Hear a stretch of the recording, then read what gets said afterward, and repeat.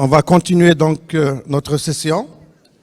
Avant de donner la parole au docteur Zidane, donc pour nous parler de la maladie cœliaque. Tout d'abord, je félicite les membres donc, de l'association du corps médical privé de Chlef pour la pérennité de leurs actions. Bismillahirrahmanirrahim. Bonjour tout le monde, chers confrères, consoeurs, mes amis. Je vous parle aujourd'hui d'une maladie qui est très répandue en matière de pédiatrique, même chez l'adulte. Et on va essayer de voir quelles sont les actualités ces dernières années. Alors, c'est une maladie désimmunitaire. Elle est déclenchée par l'ingestion du gluten. S'il n'y a pas le gluten, il n'y a pas de maladie cœliaque. Et elle est chez des sujets génétiquement prédisposés, DQ2, DQ8.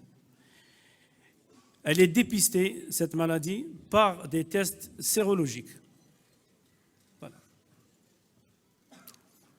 Alors, cette maladie peut être soit monosymptomatique, latente, silencieuse, alors que l'atrophie villositaire est présente. Le dépistage est recommandé dans les groupes à risque et qu'on va voir dans les slides suivantes. Et jamais de régime sans gluten sans confirmation diagnostique.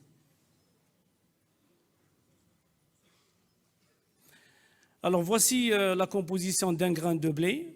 Vous voyez que pratiquement en majorité c'est des glucides et une partie c'est des fibres, une autre partie c'est matières grasses et 12% environ c'est des protéines. Et c'est cette partie qui nous intéresse dans la physiopathologie de la maladie cœliaque. Alors cette partie est composée de protéines cytoplasmiques, pratiquement 15 à 20%, et des protéines de réserve, jusqu'à 85% du gluten. Et le gluten, quand il est décomposé, il va être sous forme de protéines gliadine et gluténine.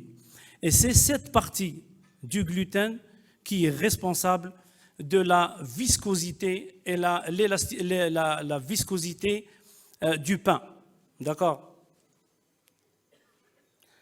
Alors, actualité dans la maladie cœliaque, c'est qu'actuellement, et même mes confrères et pédiatres, consoeurs pédiatres le confirment, c'est qu'on ne voit peu ou pas de forme classique, c'est-à-dire ballonnement abdominal, retard très important, les fesses qui sont en rideau, une amyotrophie. C'est des formes anciennes qu'on ne voit plus dans nos cabinets. Même regardez en 1938 à London, vous avez, ils ont répertorié ce type de malades, ils se ressemblent tous, d'accord? Donc pas ou peu de formes classiques actuellement, c'est d'autres formes. Alors les formes, c'est beaucoup plus les formes atypiques. Et vous voyez qu'on peut voir une maladie cœliaque pour une ostéopénie, des douleurs abdominales récurrentes, c'est fréquent, une anémie ferriprive réfractaire, c'est fréquent aussi, de la constipation, on en voit dans nos consultations des constipations alors que c'est des maladies cœliaques, une hépatite cœliaque, d'accord, une cytolyse modérée de 1,3N de transaminase, et c'est une maladie cœliaque. Des vomissements, ça fait partie du tableau. On peut voir une hypoplasie de l'émail dentaire, un syndrome hémorragique, retard pubertaire, alopécie, asthénie, des migraines et une dermatite herpétiforme. La dermatite herpétiforme, le diagnostic se fait à la biopsie cutanée. Et l'infertilité, j'attire l'attention de mes confrères consoeurs gynécologues lors des consultations d'infertilité, pensez à la maladie cœliaque.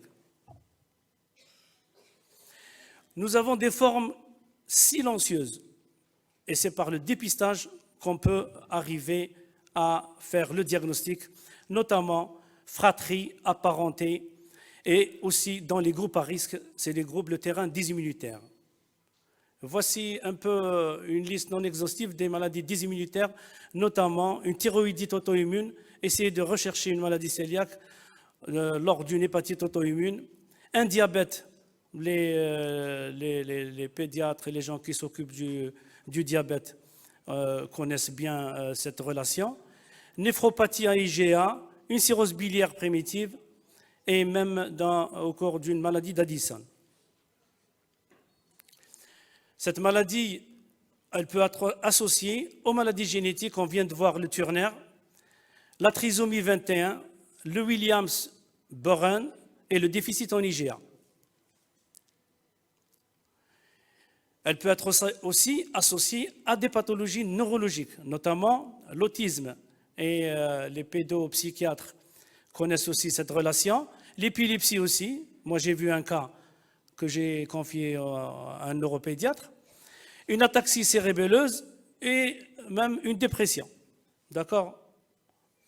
Alors, actualité maladie cœliaque, c'est aussi actualité prévalence. Et vous voyez qu'avant 1995, la prévalence était de 1 à 6 pour 100 000 population générale. Maintenant, vous voyez que pratiquement, c'est environ 1% de la population générale, du fait de la généralisation des tests de dépistage. On connaît mieux la pathologie, donc c'est pour cela qu'on la recherche fréquemment au cours des pathologies. Pour vous illustrer un peu les choses, il y a un cas clinique, 13 ans, Youssef, il est investigué pour un retard staturo-pondéral isolé. On a demandé une sérologie, bien sûr. Nous avons trouvé un taux d'IgA à 0,38 qui est bas, donc il y a un déficit en IgA. Le déficit en IgA, il est fréquent, des fois il est asymptomatique. On peut, d'après les études, c'est 1 sur 600 enfants peuvent avoir un déficit en IgA isolé. Le bilan endocrinien, il est tout à fait, donc la thyroïde, TSH, FT4 normale. La sérologie, les antitransglutaminases de type A, ils sont négatifs, c'est tout à fait normal, parce qu'on a un déficit en IgA. Les antitransglutaminases de type IgG, ils sont à 25-70, c'est même pas 1,5 de la valeur de la limite supérieure de la normale, qui est à peu près de 18. Et nous avons, bien sûr, 25, c'est même pas 1,5. D'accord? Alors, devant ce cas, bien sûr, une biopsie s'impose. Alors, la biopsie intestinale, l'endoscopie, il n'y a pas d'anomalie, il n'y a pas d'atrophie, tout est normal, D2 jusqu'à D3, il n'y a aucun problème, les villosités sont présentes. Alors, on a envoyé dans les prélèvements à l'anapathe. Alors, pour votre gouverne, les biopsies, les recommandations actuelles, c'est de faire 4 biopsies au moins au niveau du duodénum et une au niveau du bulbe. Alors, voici le compte-rendu de l'anapathe de la biopsie duodénale. Vous voyez que pratiquement, il n'y a pas d'atrophie, il y a une hyperplasie cryptique et vous avez un taux de lymphocytes intraépithélial 55%. Le deuxième compte-rendu, vous voyez qu'au niveau du bulbe, vous avez une hyperplasie cryptique modérée, vous avez le taux de lymphocytes 60% et il n'y a pas d'atrophie. La conclusion de l'anapathe, c'est que c'est une maladie cœliaque. D'accord? Qui est-ce qui a fait le diagnostic?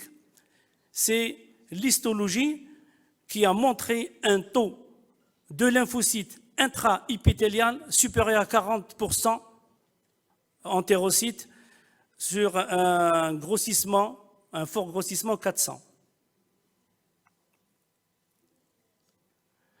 quels sont les facteurs qui peuvent contribuer à un faux négatif des tests sérologiques? Vous avez d'abord l'âge. Quand l'âge est de moins de 2 ans, se méfier. Il faut peut-être demander d'autres sérologies, notamment les anticorps de la gliadine, les antigliadines déaminées ou bien désaminés. C'est des tests qui sont prometteurs.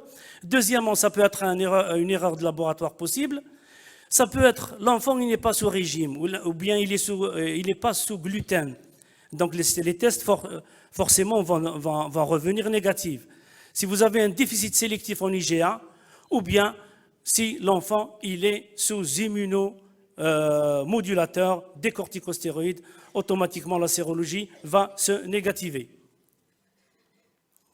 Discutez aussi l'atrophie quand il y a une discordance entre sérologie et biopsie. Discutez l'atrophie. L'atrophie, on peut la voir dans l'APLV, c'est-à-dire l'allergie aux protéines de lait de vache. On peut la voir dans le marasme, dans le Kwashiorkor, une maladie de Crohn, des causes désimmunitaires et même des causes infectieuses, notamment la pullulation microbienne, peut donner une atrophie villositaire. Alors, il n'y a pas que la maladie cœliaque qui fait suite à l'ingestion du gluten. Vous avez 2 entités qui sont bien individualisées actuellement en pédiatrie. C'est la sensibilité non cœliaque au gluten. C'est à peu près le même tableau, ballonnement, douleur, diarrhée, et que c'est des enfants, quand on les met sous régime sans gluten, ils s'améliorent. Alors que la sérologie est négative, mais le régime, c'est du régime sans gluten. Généralement, c'est une maladie transitoire. Deuxième entité, c'est l'allergie au blé. Vous avez beaucoup plus des symptômes de type allergique, dermatite, rhinite, asthme. Les IgE spécifiques sont positifs, les prics sont positifs, mais la sérologie est négative et le traitement est basé sur le régime sans gluten. Vous avez cette classification de MASH ou MARCH modifiée et vous voyez que pratiquement le stade 1, c'est uniquement une lymphocytose intraépithéliale. Le stade 2, c'est lymphocytose plus une hyperplasie cryptique. C'est à partir du stade 3 qu'on commence à avoir de la destruction. Et vous voyez que le A, c'est partiel, une destruction partielle, une destruction subtotale et une destruction totale, c'est l'atrophie villositaire. Alors, si la sérologie est positive, peut-on s'en passer de la biopsie de l'intestin et démarrer un régime sans gluten? Je réponds oui, mais dans certaines conditions et certaines analyses bien définies qu'on va voir dans les slides suivantes. La maladie cœliaque est une affection à vie. Elle nécessite un régime strict sans gluten, donc ça pose un problème de coût. Ça veut dire qu'il faut poser bien le diagnostic pour ne pas altérer la qualité de vie de l'enfant. Des complications peuvent apparaître, notamment les maladies auto-immunes. Nous allons voir maintenant quelles sont les recommandations de la Société européenne d'hépatogastronutrition pédiatrique de 2012. 2012, qu'est-ce qu'ils disent?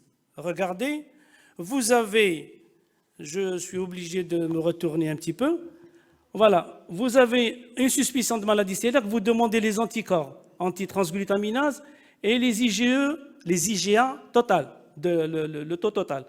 Si cette combinaison est négative, tout de suite, vous éliminez la maladie cœliaque, ne pas aller plus loin.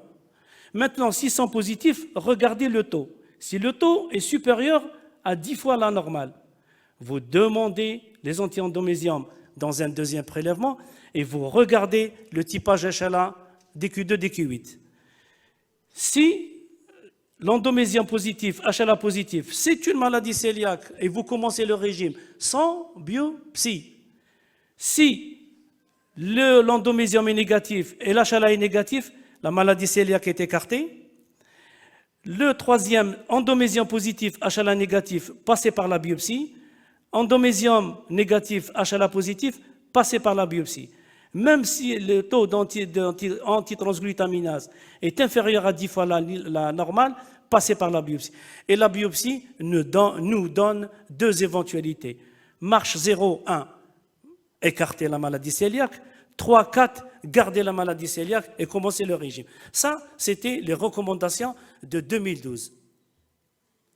Maintenant, qu'en est-il des recommandations de 2020?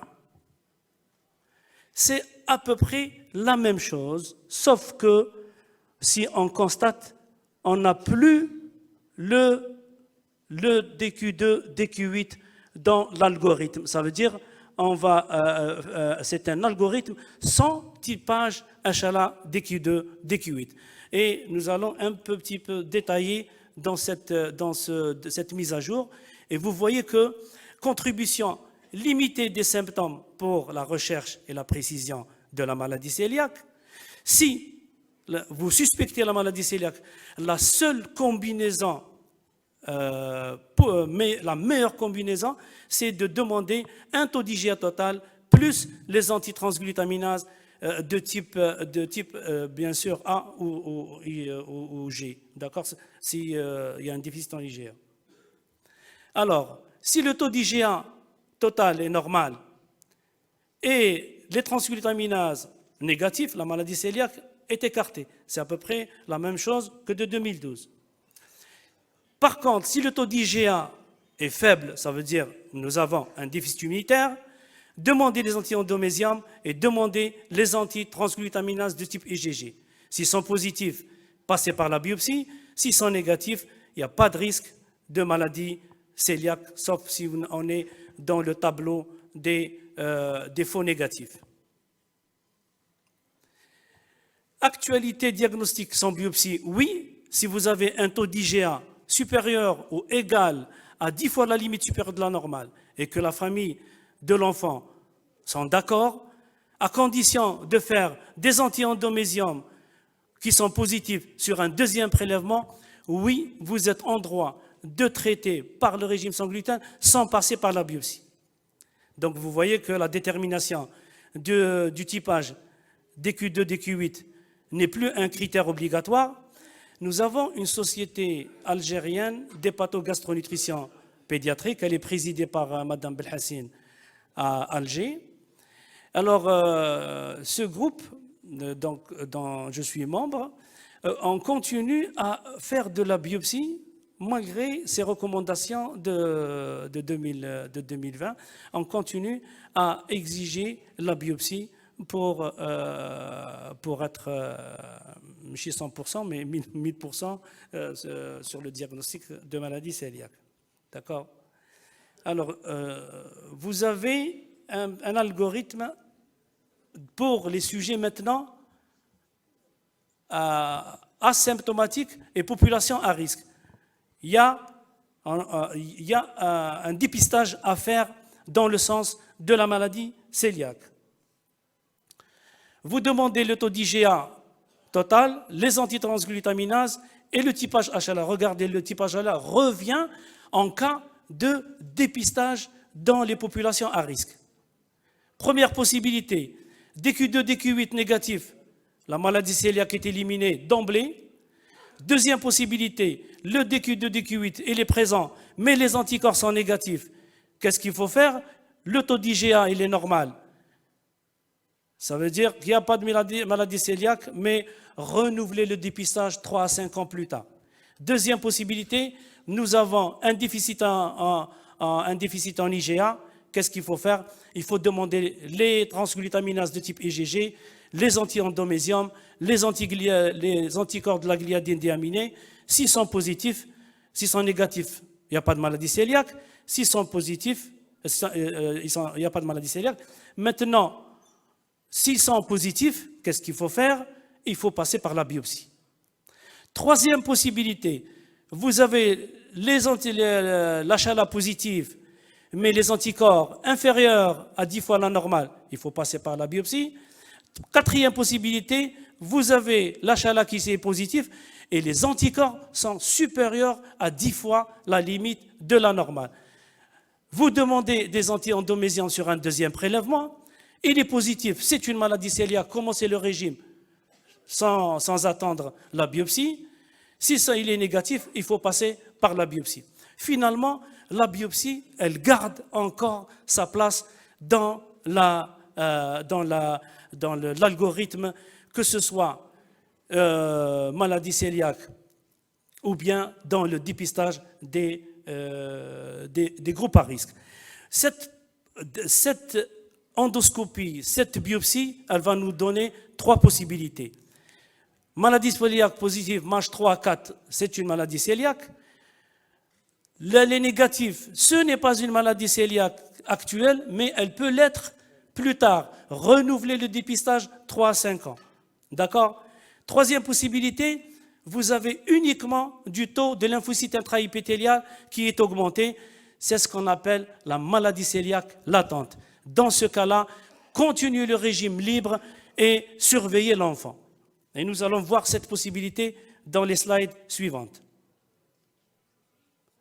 Un autre cas, rapidement, Ritaj, elle a 8 ans, elle a une stagnation pondérale, le poids TH est de 20 kg depuis 12 mois, la taille 120, elle fait une constipation récurrente. Et ça, c'est un cas réel de Schleff.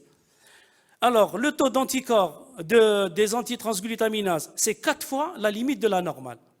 Et le taux d'IgA, il est normal, il n'y a pas de déficit. Alors, ça fiche, bien sûr. On a fait les biopsies, on a envoyé les biopsies à l'anapathe. La réponse, regardez, 10% de lymphocytes intraépithélial, il n'y a pas de crypte, il n'y a pas d'hyperplasie, il n'y a pas d'atrophie. Donc, la conclusion de l'anapathe, ce n'est pas une maladie cœliaque, alors que le taux d'anticorps était 4 fois la limite de la normale. Et elle avait une constipation. Alors, finalement, l'histologie reste une référence. Si le taux d'antitransglutaminase est inférieur à 10 fois la limite supérieure de la normale, bon, faites 4 biopsies, bien sûr, c'est la recommandation, et une au niveau du bulbe. Si vous voyez qu'il y a une discordance entre la sérologie et l'anapathe, qu'est-ce qu'il faut faire?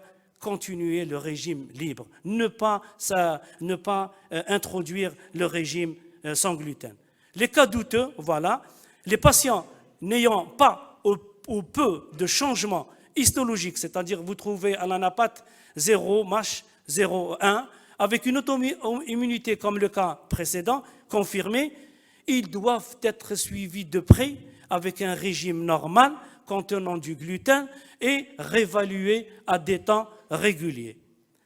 On arrive à le fameux iceberg de la maladie cœliaque. Et vous voyez qu'il y a 4 couches. Vous avez toujours, c'est des malades qui ont la susceptibilité des Q2, des Q8. Vous avez la couche symptomatique, ils ont de l'atrophie ou ils ont les anticorps positifs. La deuxième couche, c'est les cas silencieux. Ils ont l'atrophie ou ils ont les anticorps positifs. La troisième couche, c'est les cas latents. Vous avez une muqueuse normale à la biopsie et vous avez les anticorps positifs. Et les seins, ils ont uniquement une muqueuse normale, mais les seins peuvent à tout moment monter vers les couches supérieures. D'accord? Vous voyez que ce qui nous intéresse le plus, c'est cette couche, c'est les cas latents. Alors, les cas latents, c'est la fameuse étude Cilipreve de Leonetti. Leonetti, en 2019, il a fait une étude à propos, les Italiens font beaucoup de publications, d'accord? Surtout dans la maladie cœliaque. Alors, vous avez, qu'est-ce qu'il a fait ce monsieur? Il a pris 553 enfants, génétiquement prédisposés. Je ne vois pas ici.